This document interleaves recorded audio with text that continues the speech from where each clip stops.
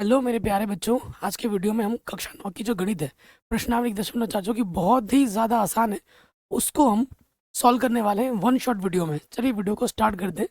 पहले प्रश्न पे आ जाते हैं।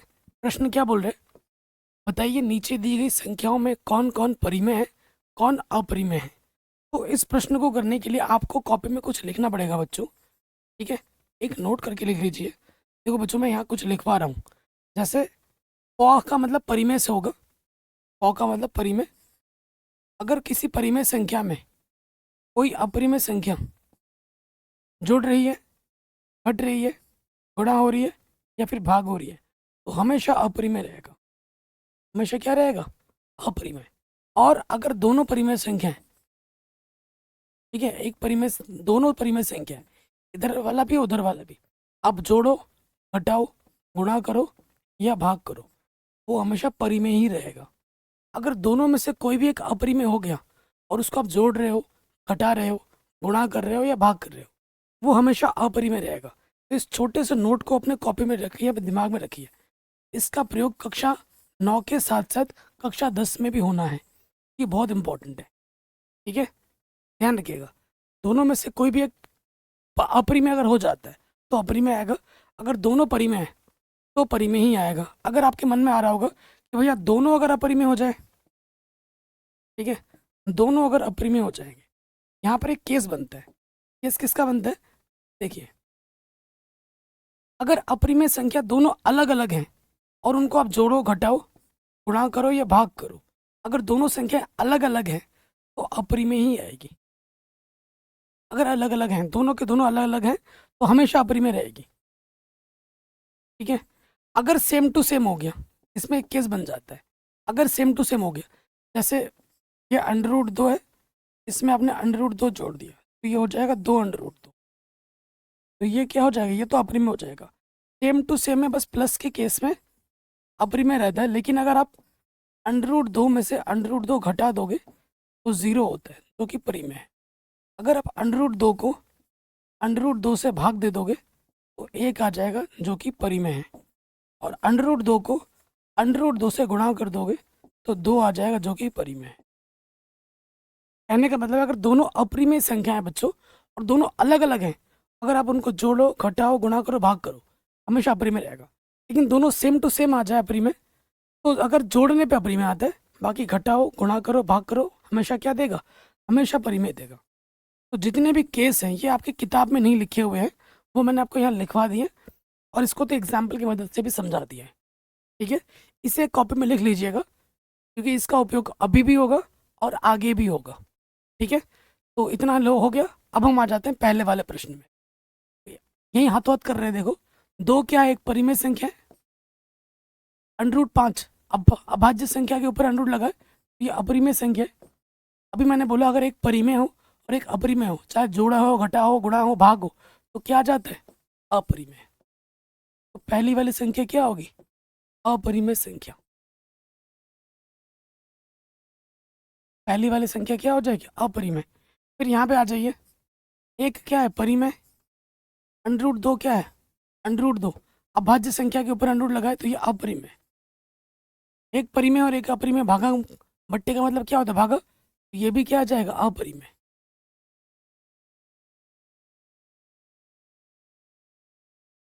ठीक है, चौथा वाला भी क्या होगा? अपरिमेय संख्या। आपको पता होगा पाई क्या होता है? अपरिमेय। मैंने जब 1.2 पढ़ाया था तो मैंने आपको सब कुछ समझा दिया था। देखो बच्चों, दो क्या है? परिमेय। पाई क्या है? अपरिमेय।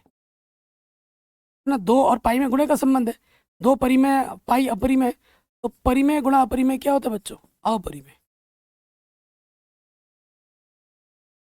ये संख्या क्या है अपनी? अपरिमेय संख्या है। अब देखिए तीसरे वाले में आ जाइए।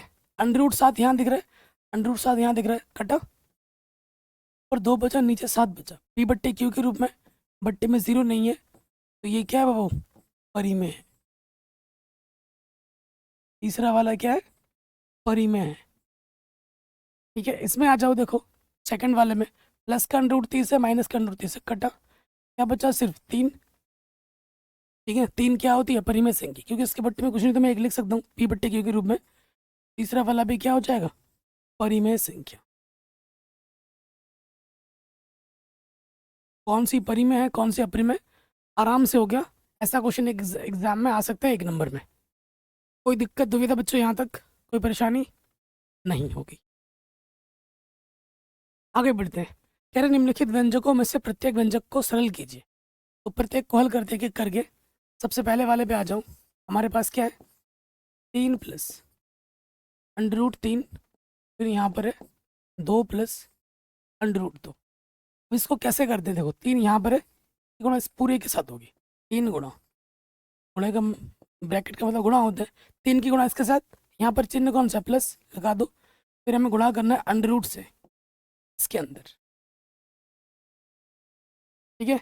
एक बार इसका इसके साथ हो गया, प्लस एक बार इसका इसके साथ ले लिया, ठीक है। अब गुणा करेंगे तो देखो, गुणा करेंगे 3 दूनी 6, 3 गुणा √2, तो ये हो जाएगा 3 √2। अब इसकी गुणा करेंगे परिमेय अपरिमेय, ये हो जाएगा 2 गुणा √3। अब देखो ये √ के अंदर 2 है, √ के अंदर 3 है, √ के अंदर गुणा हो जाएगा 2 गुणा 3। अब यहाँ देखो, ये अपना 6 + 3 √2, 2 √3। एक बात ध्यान रखिए, √ वाला जब सेम टू सेम हो, तो यहाँ √ हो, अगर यहाँ √ तभी वो जुड़ता है।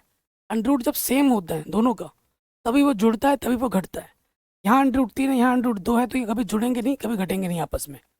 समान √ वाले जुड़ते हैं, घटते हैं। और यहाँ क्या हो जाएगा, प्लस √ के अंदर √3 दूनी 6 आ जाएगा। तो इसको यहीं छोड़ देना है। ये पहले वाले का क्या आ गया उत्तर। कोई भी दिक्कत हो परेशानी हो, आप एक बार दोबारा देख सकते हैं।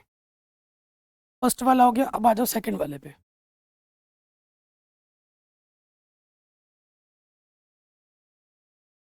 सेकंड वाला हमारे पास क्या है, 3 + √3 ब्रैकेट 3 - √3, ठीक है। यहाँ पर एक सूत्र लगता है आपका, सेम चीज़ की गुणा हो रही है, बस एक का चिन्ह प्लस एक का चिन्ह माइनस है। एक सूत्र होता है, सर्वश्रमिका होती है कि A + B गुणा A - B। क्या होता है बाबू, A का वर्ग माइनस B का वर्ग। ये आप लगा दीजिए, तो ये हो जाएगा A का वर्ग माइनस B का वर्ग। 3 का वर्ग यानी कि 3 को 3 से गुणा करेंगे 9 हो जाएगा, और √ का वर्ग करने पे √ हट जाता है, वर्ग करने पे √ हट जाता है। 9 में से 3 घटाएंगे, क्या आ जाएगा, 6 आ जाएगा आंसर। कोई दिक्कत कोई परेशानी बच्चों बताइए, नहीं होगी। सेकंड वाला भी हो गया, अब आ जाओ थर्ड वाले पे। थर्ड वाला तो बड़ा आसान है। क्या है हमारे पास, √5 + √2 का वर्ग। तो यहाँ एक सूत्र लगेगा, ये किस रूप में प्यारे बच्चों, A + B का होल स्क्वायर। इसका सूत्र होता है A का वर्ग + B का वर्ग प्लस का 2AB। ये A के स्थान पर है, ये B के स्थान पर है, सूत्र में लिख देते हैं। तो ये हो जाएगा A का वर्ग प्लस B का वर्ग 2A गुणा, सूत्र में रख दिया हमने।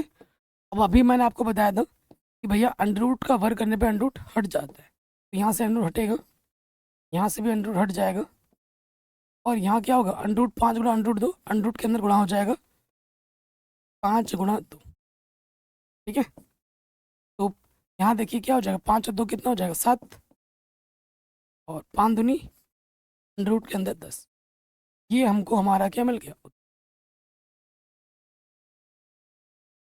कोई दिक्कत दुविधा परेशानी नहीं होगी। अगले प्रश्न में आ जाऊं।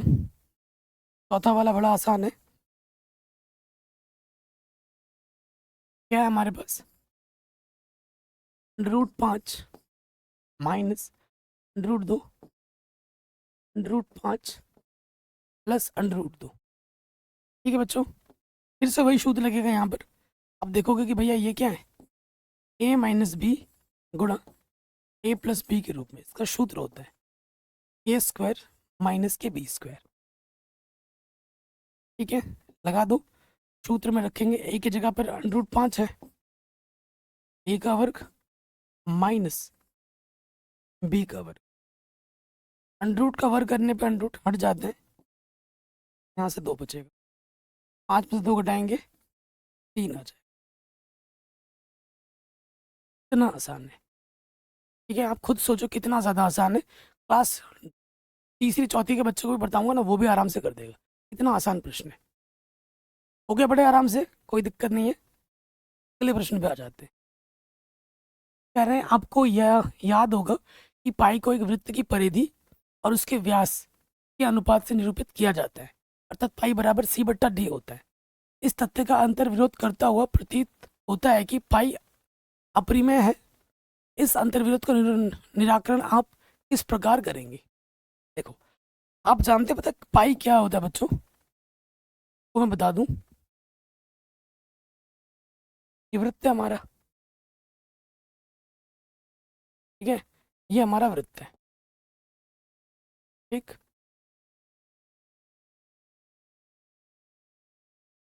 ये हमारा वृत्त है। ठीक, ये वृत्त का हमारा केंद्र है। ठीक, और ये वृत्त की क्या होती है बच्चों? त्रिज्या होती है। ये वृत्त की त्रिज्या हो गई। ठीक है, तो देखो बच्चों, जो पाई होता है, पाई क्या होता है? पाई होता है परिधि। परिधि को हम C से दर्शाते हैं। और व्यास, व्यास आप जानते हैं ना, परिधि से परिधि को मिला है, केंद्र से होता हुआ जाए उसे हम व्यास कहते हैं। ये हमारा व्यास है। व्यास को D से दर्शाते हैं। पाई जो होता है वो C/D होता है। परंतु हम जानते हैं कि पाई एक क्या है बाबू? पाई एक अपरिमेय संख्या है। पाई एक अपरिमेय संख्या है, ये हम जानते हैं। और ये क्या है? C/D यानी कि P/Q के रूप में। अगर P/Q के रूप में होता तो वो क्या होता है बच्चों? परिमेय संख्या होता है। और यहाँ आपको क्या देखने को मिल रहा है? यहाँ आपको देखने को मिल रहा है कि क्या अपरिमेय संख्या परिमेय संख्या के बराबर होती है? नहीं ना, इसीलिए ये अंतर विरोध कर रहा है। तो अपने उत्तर का जस्टिफिकेशन देना है आपको, कारण देना है कि आप ये अंतर विरोध क्यों आ रहा है। ठीक है, तो ये आपको बताना है। तो ये आप साइड में नोट कर लो, ये आप साइड में नोट कर लो। अब आप देखो, देखो हमारे पास C और D बोला है ना, C और D बोला है। देखो, अगर C परिमेय हो और D आपका अपरिमेय हो तो क्या आएगा? अपरिमेय। दोनों में से कोई एक परिमेय अपरिमेय होने पर अपरिमेय आता है। या फिर आप खुद देखो, अगर C अपरिमेय हो और D परिमेय हो तब भी क्या आएगा? अपरिमेय आएगा, है ना। और उसके बाद यहाँ देखिए, अगर C/D दोनों के दोनों अपरिमेय हो तो अपरिमेय होगा। अब वो डिपेंड करता है, अगर दोनों सेम टू सेम है तो परिमेय भी हो जाएगा। ठीक, अब वो जैसे मान लेते हैं, देखो मान लेते हैं कि हमारे पास एक R है। जो R है वो कुछ इस प्रकार है, मैंने नाम दे दिया 4.0102.003, ऐसा कुछ जा रहा है। ठीक है, ऐसा कुछ जा रहा है। तो जब इसको हम हल करेंगे, ये चला जा रहा है, ये अभी इसका दशमलव प्रसार अशांत अनावर्ती है। तो ये जब किसी का दशमलव अशांत और अनावर्ती हो उसे हम क्या कहते हैं? उसे हम अपरिमेय संख्या कहते हैं। तो जैसे सपोज करो, अब ये हमारे पास एक R दे रखा है, त्रिज्या दे रखा है। अब मुझे इसको हल करना है, तो मैं हल करने के लिए मैं क्या करूँगा? इसको ऐसे लिख दूंगा, 4.01 लिख दूंगा। ठीक है, और यहाँ लिख दूंगा लगभग, क्योंकि जब हमें हल करना होगा तो चार, इसका मान अनंत पदों तक तो ले नहीं सकते, वो तो कैलकुलेशन नहीं हो पाएगी ना। अब इसको हल करने के लिए मैंने 4.01 लिया, दशमलव के 2 स्थान तक ले लिया, और यहाँ लिख दूंगा लगभग। जैसे इसका दशमलव को मैंने फिक्स कर दिया तो ये संख्या क्या बन जाती है? परिमेय बन जाती है, क्योंकि दशमलव प्रसार शांत है, ये परिमेय बन गई। तो ये क्या बोल रहा है? इस तथ्य का अंतर विरोध करता हुआ प्रतीत होता है कि पाई अपरिमेय है। अपरिमेय क्यों है? क्योंकि किसी भी संख्या, देखो ये एक अपरिमेय संख्या थी। ठीक है, अब हल करने के लिए मैंने इसका दशमलव के स्थान को फिक्स कर दिया। तो किसी का भी दशमलव प्रसार शांत हो उसे हम क्या बोलते हैं? परिमेय बोलते हैं। इस संख्या को, ये संख्या थी अशांत, हल करने के लिए मैंने इसको फिक्स कर दिया दशमलव 2 स्थान तक, तो अब ये दशमलव प्रसार इसका शांत हो गया, तो ये तो परिमेय बन गया। अब तो वही बोल रहा है कि पाई जो है हम जानते हैं कि अपरिमेय संख्या है। लेकिन जो ये सूत्र है पाई बराबर सी बट्टा डी, इस तथ्य का विरोध करता है कि पाई एक अपरिमेय संख्या है। तो इस अंतर विरोध का निराकरण आप कैसे करोगे? तो हम ऐसे करेंगे कि जो पाई जो एक अपरिमेय संख्या है, सी बट्टा डी उसको परिमेय बनाता है सूत्र के अनुरूप, लेकिन वो परिमेय अपरिमेय तब रहती है, वो निर्भर करती है किस पर, सी और डी पर। देखो, अगर सी परिमेय होगा, डी अपरिमेय होगा तो अपरिमेय आएगा। तो ऊपर सी अगर आपका अपरिमेय, डी आपका परिमेय, तो अपरिमेय होगा। दोनों के दोनों अपरिमेय तो अपरिमेय होगा। ठीक है, तो ये लिखोगे, ये चीज़ निर्भर करती है सी और डी पर। ठीक है, सी या डी अगर अपरिमेय होंगे तो ये अपरिमेय ही होगा। ये आपको लिख देना अपने आसान भाषा में। ये प्रश्न कभी एग्जाम में नहीं आता है, बस लॉजिकल दृष्टिकोण से दिया गया है। ठीक है, अगले प्रश्न में वहां जाते हैं। देखिए, संख्या रेखा पर √9.3 को निरूपित करना है, और ये क्वेश्चन बहुत इंपॉर्टेंट और एग्जाम में बार बार आता है। ठीक है, 9.3 है या कोई और संख्या भी होती है तो इसका तरीका वही सेम है। ठीक है, अब ये क्वेश्चन चूंकि आपको पेन पेपर में करना है, एग्जाम पेन पेपर में आएगा, उसमें चांदा गोला प्रकार वगैरह की जरूरत पड़ेगी, तो वो सब अपने पास रख लीजिए, और इस क्वेश्चन को मैं पेन पेपर में करके दिखाता हूँ। संख्या रेखा पर 9.3 दिखाने के लिए रूट आपको पहले क्या करना पड़ेगा, स्केल लेनी होगी। देखो, जब आप स्केल लोगे ना बच्चों, आपको हर 1 सेंटीमीटर में 9 से 10 के बीच में 10 खाने दिखेंगे। तो 9.3 क्या होगा, देखो यहाँ पर 9.3 का मतलब है 1 2 3, तो यहाँ 0 से स्टार्ट करेंगे और यहाँ आ जाएगा 9 के बाद 3 खाने पे, 1 2 3। ये मार्क कर लिया हमने। अब इसको लाइनिंग खींच देनी है, खींच दी। इसका नाम दे दो, इसका नाम मैंने दे दिया ए बी। इसका नाम हमने क्या दे दिया, ए बी। और ये जो ए बी है वो हमारी कितनी है, 9.3 सेंटीमीटर की है, ये ए बी। अब अंडरवुड वाले कोई भी जो क्वेश्चन है जो पॉइंट में होगा, उसमें एक प्रोसीजर है। ठीक है, आपको क्या करना है, अगले स्टेप में आपको 1 सेंटीमीटर बढ़ा देना है। जितना भी रेखा आप खींचोगे, जैसे 9.3 खींचा था ना, इसमें आपको 1 सेंटीमीटर बढ़ा देना है। कितना करना, 1 सेंटीमीटर बढ़ा देना है।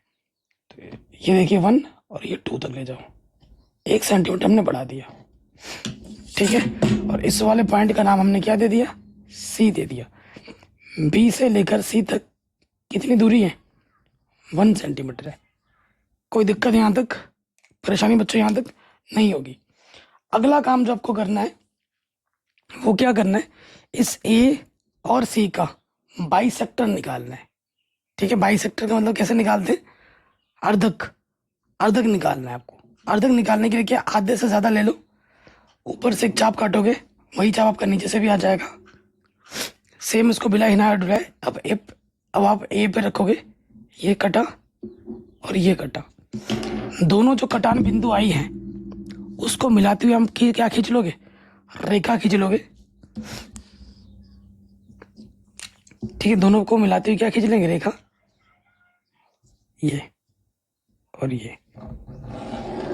तो जब दोनों को मिलाते हुए रेखा खींचेंगे तो ये हमारा इनका मध्य बिंदु आ जाएगा। इस मध्य बिंदु का नाम मैं क्या देता हूँ, केंद्र है तो ओ नाम दे दिया। अब आपको डी बनाना है, ऊपर चंदा बनाना है। कैसे, आपको क्या करना है, ये जो निप है आपको ओ पे रखना है, मतलब त्रिज्या बन देनी है, और इसको ए तक ले जाना है।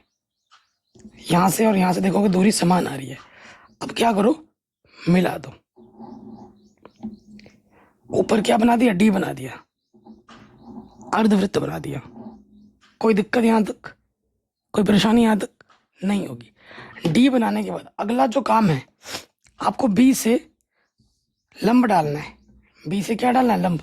लंब डालने के 2 तरीके हैं, या तो समकोण बना लो, या अगर आपके पास चांदा है तो आप डायरेक्ट भी बना सकते हो। ठीक है, तो चांदा मेरे पास फिलहाल नहीं है जिसमें 90 लिखा होता है, तो मैं अपने,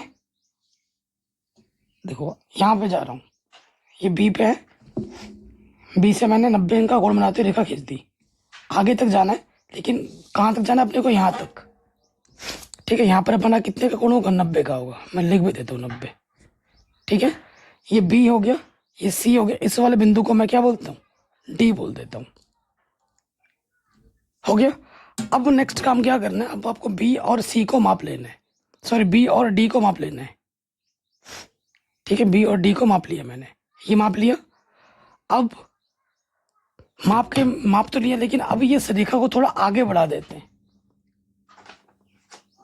ठीक है, इस रेखा को ना थोड़ा आगे बढ़ा देते हैं, क्योंकि नंबर रेखा पे मुझे दिखाना है, छोटा पड़ रहा है, तो मैं इस रेखा को थोड़ा आगे बढ़ा देता हूँ।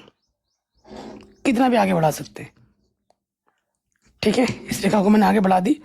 अगला काम क्या करना है, मुझे बी और इस डी के बीच की दूरी मापनी है, और बी पे रख के मुझे क्या करना है, चाप लगाना है। ये मैंने चाप लगा दिया।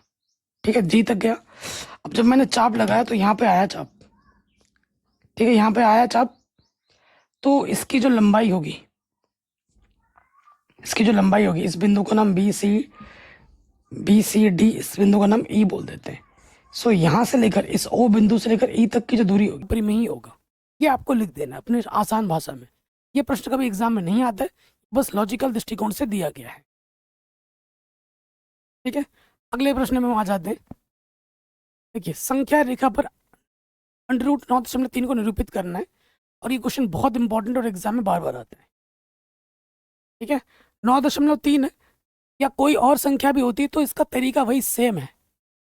ठीक है, अब ये क्वेश्चन चूंकि आपको पेन पेपर में करना है, एग्जाम पेन पेपर में आएगा, उसमें चांदा गोला प्रकार वगैरह की जरूरत पड़ेगी, तो वो सब अपने पास रख लीजिए, और इस क्वेश्चन को मैं पेन पेपर में करके दिखाता हूँ। तो आपने देख लिया होगा पेन पेपर मैंने कैसे किया है, आपको भी एग्जाम में बिल्कुल ऐसे ही काम करना है। ठीक है, पेन पेपर में बनाना आना चाहिए। अब सपोज करो 9.3 की जगह मैं अगर यहाँ लिख दूँ 15.4, तो जैसे क्वेश्चन ये वाला हुआ था, ये वाला मैंने किया, ये वाला वैसे हो जाएगा। इतना खींचोगे 15.4, उसमें से 1 सेंटीमीटर बढ़ा दोगे, अर्धक लोगे, तो जो काम इसमें किया वही काम यही इसमें भी करना है। ठीक है, 1 सेंटीमीटर बढ़ा देना है, जैसा वो किया था बिल्कुल वैसे ही होगा। किसी भी क्वेश्चन में अगर अंडरूट के अंदर दशमलव लग जाता है तो तरीका यही होगा। समझ में आ गया? बिल्कुल आसान होगा ना। चलिए बात है अगले प्रश्न में। कह रहे निम्नलिखित के हरों का परिमेयकरण कीजिए। परिमेयकरण क्या होता है बाबू? पट्टे में अंडरूट को हटा देना है। परिमेयकरण पहले वाले पे आ जाते हैं। हमारे पास है 1/√7, तो यहाँ लिखेंगे परिमेयकरण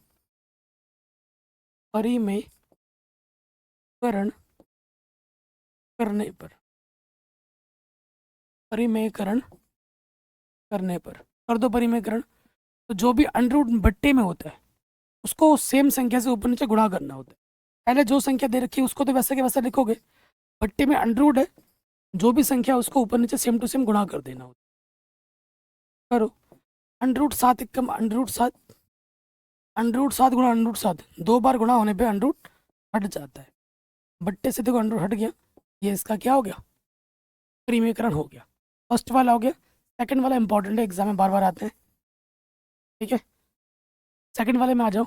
ये क्या है? √7 माइनस का √6 है। क्या लिखेंगे? परिमेयकरण करने पर।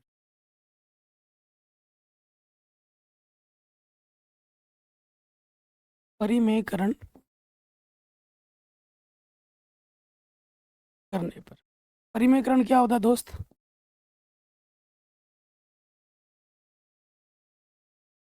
जो भी नीचे होता है, ये ढंग का क्वेश्चन है, जो भी नीचे होता है उसी से गुणा करना होता है, उसी से गुणा करना होता है, बस चिन्ह बदल देना। यहाँ नेगेटिव है तो यहाँ पॉजिटिव हो जाएगा, अगर पॉजिटिव होता तो नेगेटिव हो जाता। चिन्ह बदल देना है और उसी से गुणा करना है। इससे संख्या पे कोई प्रभाव नहीं पड़ता, एक तरीके से ये तो कट ही जा रहा है। अब देखो, इसकी गुणा इसके साथ करो, किसी भी संख्या की गुणा 1 से करने पे वही रहता है, वही रहेगा। √7 + 6 कम वही। नीचे क्या हो जाएगा? यहाँ देखिए, यहाँ पर एक सूत्र बन रहा होगा। कौन सा सूत्र है ये? यह है a - b गुणा a + b, जिसका सूत्र होता है a² - b²। ये a की जगह पर है, ये b की जगह पर। ठीक है, यहाँ रख देंगे a का वर्ग माइनस b का वर्ग, रख दिया सूत्र में। ऊपर हमारे पास क्या है? √7 + √6, वर्ग करने पे अंडरूट हट जाता है 7, यहाँ से आ जाएगा 6। 7 + √6, 7 में से 6 घटाएंगे 1। किसी भी संख्या को 1 से भाग देने पर जो होता है वही आ जाता है। तो ये हमें हमारा क्या मिल गया प्यारे बच्चों, उत्तर मिल गया। कोई दिक्कत, कोई परेशानी नहीं होगी। ठीक है, ये वाला क्वेश्चन भी हो गया। अब आ जाओ थर्ड वाले पे, तीसरे नंबर पे आ जाते हैं। तीसरा नंबर का क्वेश्चन क्या है हमारे पास, 1/2 में √5 प्लस √2। तो परिमेयकरण करने पर मैंने जो संख्या दे रखी है उसको वैसे के वैसा लिख लो। क्या बोला, जो संख्या होती है उसी से गुणा करना होता है, बस चिन्ह बदल देंगे, प्लस है तो माइनस लगा दोगे। सेम ऊपर नीचे क्या करना है, गुणा करना है। किसी भी संख्या को 1 से गुणा करने पर वही आ जाते हैं, √5 माइनस के √2। और यहाँ पर एक सूत्र बन गया, कौन सा वाला, ये a प्लस बी गुणा a माइनस बी, इसका सूत्र होता है a² माइनस b²। तो देखिए यहाँ सूत्र में रख देंगे a² माइनस b²। यहाँ से क्या अपने पास, √5 माइनस का √2, अंडर का वर्ग करने पे अंडर हट जाते हैं, यहाँ से 5 माइनस का 2, तो ये आ जाएगा √5 माइनस के √2। 5 में से 2 घटाएंगे 3 आ जाएगा। ये तीसरे वाले का उत्तर आ गया। ठीक है, अब हम आ जाते हैं अगले वाले प्रश्न में। ठीक है, चौथे वाले पे आ जाते हैं। चौथा वाला प्रश्न क्या है, 1/2 में √7 माइनस का 2। क्या लिखेंगे, परिमेयकरण करने पर पहले जो संख्या दे रखी है उसको वैसे का वैसा लिख दो, √7 माइनस का 2। जो दे रखा है वही लिखते हैं, नीचे जो होता है उसी को लिख लेते हैं, बस चिन्ह बदल देते हैं। माइनस का तो प्लस, उसी संख्या से ऊपर नीचे में क्या करना होता है, गुणा। ठीक है, ब्रैकेट का मतलब होता है गुणा।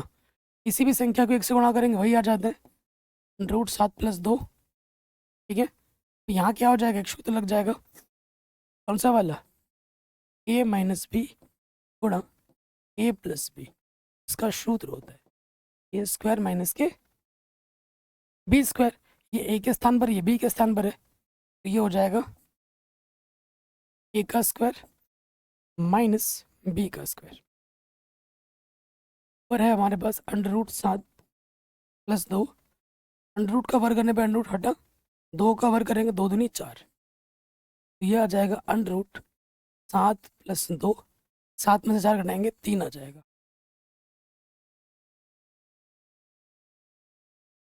कोई भी डाउट हो आप एक बार दोबारा देख सकते हैं। आशा करता हूँ जो भी मैंने प्रश्न आपको बताएं आप आराम से समझ गए होंगे। प्लीज़ बच्चों वीडियो को लाइक कर दें, मैंने पूरी गणित पढ़ा रखी है, जाके देख सकते हैं। ये जो वीडियो है वो class 9th mathematics new NCERT पे मैंने बनाया है, और ये video UP board, MP board, Bihar board, Rajasthan board, Uttarakhand board, Jharkhand board, सारे हिंदी मीडियम बोर्ड्स के बच्चों के लिए इंपॉर्टेंट है। चैनल पर नए तो प्लीज़ सब्सक्राइब करें, वीडियो को शेयर करें अपने स्कूल ग्रुप में अपने दोस्तों के साथ। नेक्स्ट वीडियो कौन सी चाहिए कमेंट करके मुझे ज़रूर बताएं।